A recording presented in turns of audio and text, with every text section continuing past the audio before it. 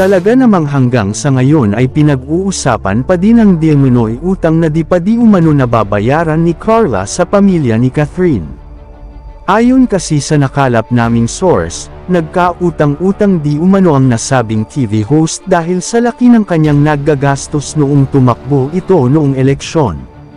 Nagpadala na di umano ng subpoena ang korte upang ipaliwanag nito kung bakit ito hindi pa nakakabayad sa nasabing utang sa pamilya ni Catherine Bernardo.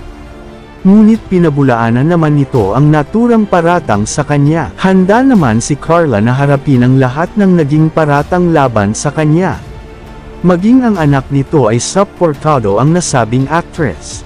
Hinala naman ng iilan na hindi naman siguro gagawin ni Carla na mangutang kung hindi ito makakabayad sapagkat alam naman ng lahat na may stable income naman ito sa ngayon.